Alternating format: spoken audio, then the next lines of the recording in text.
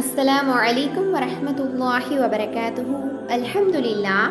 மனிதர்களுடைய வாழ்க்கையில் ரெண்டு விஷயங்களை அல்லாஹ் தஆலா ஒரு மிகப்பெரிய அருட்கொடையாக கொடுத்துருக்கான். அதில் முதல் விஷயம் என்ன அப்படின்னா ஆரோக்கியம், ரெண்டாவது ஓய்வு.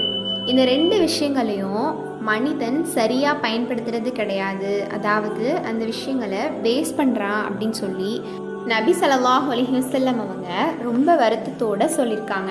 இந்த ஹதீஸ் இப்னு அப்பாஸ் ரலியல்லாஹு அன்ஹு அறிவிச்சிருக்காங்க. இதில் முதல் விஷயமான ஆரோக்கியம், அந்த ஆரோக்கியத்தை எப்படி வேஸ்ட் பண்ணுறான் அப்படின்னா, உடம்புல நோய் எதுவுமே இல்லாத நிலையில், உடம்பு ரொம்ப ஆரோக்கியமாக இருக்கிற நிலையில் வணக்க வழிபாடில் ஈடுபடுறது கிடையாது, நல்ல விஷயங்கள் எல்லாம் செய்கிறது கிடையாது. இப்படியே தன்னுடைய ஆரோக்கிய நிலையை வேஸ்ட் பண்ணுறான். ரெண்டாவது விஷயம் ஓய்வு. இந்த ஓய்வு அப்படிங்கிறது கவலையற்ற நிலையில் ஒரு மனிதனுக்கு கிடைக்கக்கூடியது. இந்த ஓய்வை சரியான முறையில் எடுக்கணும்.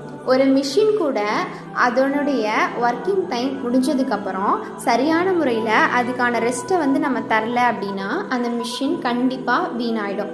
அதே மாதிரி தான் மனிதனுடைய உடல்நிலையும் மனநிலையும் இருக்குது. இந்த ரெண்டு அருட்கொடைகளையும் ஒரு மனிதன் வீணாக்கிக்கிட்டு இருக்கான் அப்படின்னு சொல்லி நபி ஸல்லல்லாஹு அலைஹி வஸல்லம் அவங்க ரொம்ப வருத்தத்தோட இந்த ஹதீஸை அறிவிச்சிருக்காங்க.